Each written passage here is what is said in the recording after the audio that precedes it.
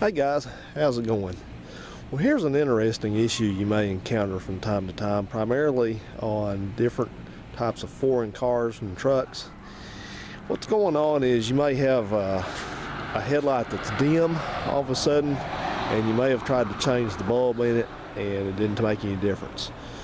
So if you look at this little Toyota, this is give you a side view of what we're actually looking on since the hood's up. This is a little Toyota Echo, and I've had this for just a couple weeks. This car had to have some repairs, and that's actually part of the headlight issue. I'm going to show you what went on.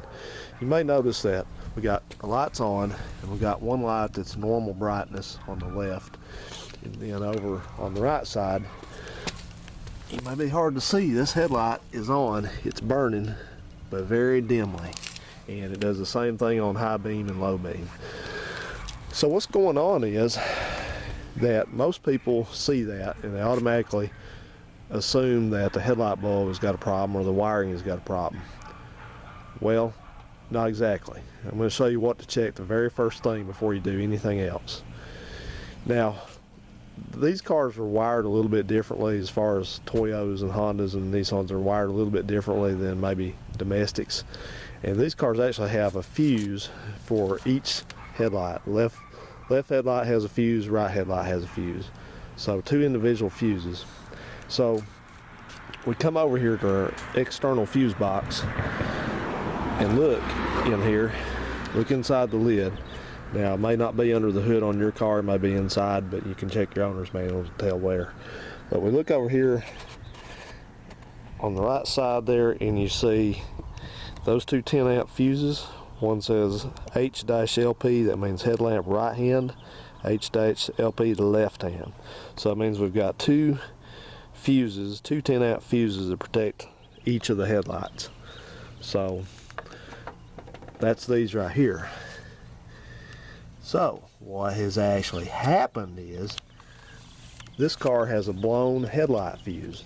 Now you may say, well, how does the headlight come on with the fuse being blown? That's interesting. I'm not exactly sure. I don't know if possibly Toyota and other makes do that just as a fail-safe so it doesn't go completely out, so at least you have a little bit of headlight illumination. I'm not sure. I don't know if it's just a function that's back feeding through the other circuit.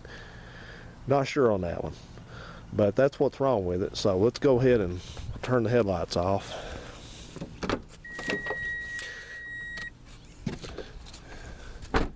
And we'll get a handy dandy fuse puller. This has these mini fuses and they're a little bit hard to get out, so I don't know where the fuse puller went in this car, but just go ahead and pull it and lay it in a good spot here. Put a wrench back down there. Now, it might not be easy to tell on the camera. Let me see if I can get to a spot here where you can actually see the fuse, maybe itself. But that fuse is blown. When I looked at it, it's got a definite black spot in it and it's separated. And I checked it with my meter and it has no continuity, so it's blown. That's the one to that one. That's the right hand fuse, headlamp fuse rather. So what happened was this car, as a matter of fact, just got repaired by me in the backyard from some accident damage. It hit a deer and this right side was caved in and that headlamp was just totally obliterated. So what was going on was the person that owned it before I did, who hit the deer, probably was driving in the dark and it had the headlamps on, and so when it crushed this headlamp up, it shorted it out temporarily when that bulb all broke, so it popped the fuse, and that's why there's no bright headlight and the fuse is blown.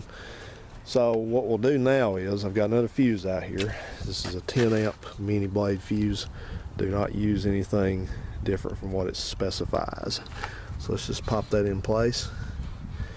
Get these at any parts store. Sometimes your fuse box will have a couple spares. I think that one's got a couple right here that are spare, but that one's missing. That's where it's supposed to be. The 10 is. No, I guess it never had one. Okay. So anyway, let's take a look now.